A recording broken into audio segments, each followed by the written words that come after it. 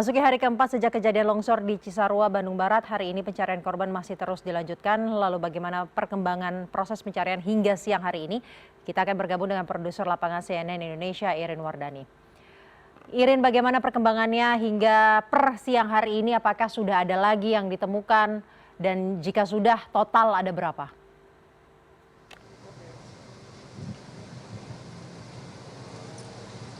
Iya, selamat siang Syasha. Maaf, tadi Anda terpotong pertanyaannya, namun saya bisa menangkap bahwa Anda bertanya mengenai perkembangan hari ini, apakah sudah ada korban yang berhasil dievakuasi. Saya akan tunjukkan kepada Anda, sekitar 30 menit yang lalu, anjing pelacak milik Basarnas Semarang menandai satu area tepat di belakang saya, Syasha, yang sekarang ini sedang dalam proses evakuasi karena tadi saat ditandain sekitar 30 menit yang lalu ditandai bahwa kemungkinan ada korban yang tertimbun dan sekarang dalam proses evakuasi. Syasha, memang kendalanya adalah tanah yang cukup tebal, material longsor yang basah, sehingga memang perlu kehati-hatian dari para tim.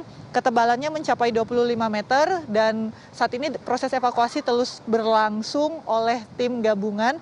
Dan ketika proses evakuasi ini berhasil, maka semua body pack ini akan dibawa langsung ke rumah sakit atau ke puskesmas desa Pasar Lingu untuk kemudian identifikasi seperti itu, karena sudah ada 108 sampel warga yang melakukan atau melaporkan diri untuk menyatakan bahwa keluarganya hilang. Nah, Syasha, kalau ini sudah mau mendekat nih anjing yang berhasil melakukan identifikasi, saya akan perkenalkan Anda sedikit kepada Citeng. Citeng ini mau istirahat setelah dia melaksanakan tugasnya. Mas Fajar, Citeng boleh naik sebentar ke atas atau mau langsung tugas?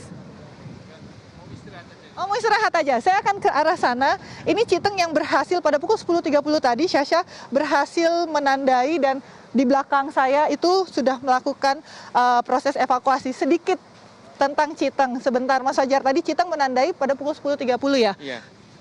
Cukup lama dia menandai area itu? Untuk menandai di area itu saat mengindikasi ya lumayan lama, sekitar 5 menit lah. 5 menit? Iya. Kenapa dia bisa selama itu, Mas, untuk menandai? Karena untuk biar anjing itu yakin, kita harus buka biopori sebetulnya itu. Biopori untuk membuka celah dari bawah supaya aroma dan bau jenazah itu muncul ke atas. Dengan menggunakan alat ini ya? Iya, menggunakan tongkat ini. Tongkat ini. Iya. Dan tadi dia berhasil, dan ini berarti Citeng sudah berhasil menandai sekitar 4 ya dari kemarin ya? Kalau dari kemarin itu sekitar berarti sekitar 7 tanda, cuma penemuan jenazahnya baru 4. Baru 4. Iya. Oke, kamu mau istirahat ya sekarang ya? Istirahat karena sudah kerja dari pagi ya? Iya, Iya. lumayan kecapean ini karena ini udah waktunya jam terbangnya Citeng harus diistirahatkan. Istirahat berapa lama, Mas? Untuk istirahat ya kita maksimal 1 jam. 1 jam. Oke. Udah cukup itulah. Udah cukup ya. Selamat istirahat, Citeng. Terima kasih hari ini ya, Citeng ya. Nah, ini Citeng sudah berhasil nih tadi dan akan terus melanjutkan pencarian ya habis istirahat ya, Citeng ya. Iya. Dengan cuaca yang dingin seperti ini, dia tahan. Tahan. Kalau dingin itu tahan, kalau panas malah berbahaya, dia bisa heat stroke. Oke, seperti manusia ya harus istirahat ya. Oke, terima kasih Mas Fajar. Ada Citeng. Nah, itu Syasha. Tadi Citeng sudah berhasil menandai ada 7 tanda dan kemudian 5 diantaranya berhasil untuk dievakuasi. Proses evakuasi masih terus berlangsung dan seperti yang saya bilang tadi, Syasha, bahwa proses evakuasi kendalanya adalah kedalaman material atau kedalaman tanah itu sekitar 25 meter sampai 30 meter bahkan, itu juga menjadi salah satu kendala. Dan seperti ini, Syasha, harus supaya tidak jeblos atau tidak tenggelam, para tim harus menggunakan bambu-bambu seperti itu sebagai bahan pijakan. Dan bambu-bambu itu adalah sisa-sisa dari greenhouse atau rumah-rumah dari kebun warga yang dimanfaatkan untuk menjadi pijakan para tim rescuer atau tim penyelamat agar tentu saja tidak memakan korban dan menjamin keselamatan dari tim.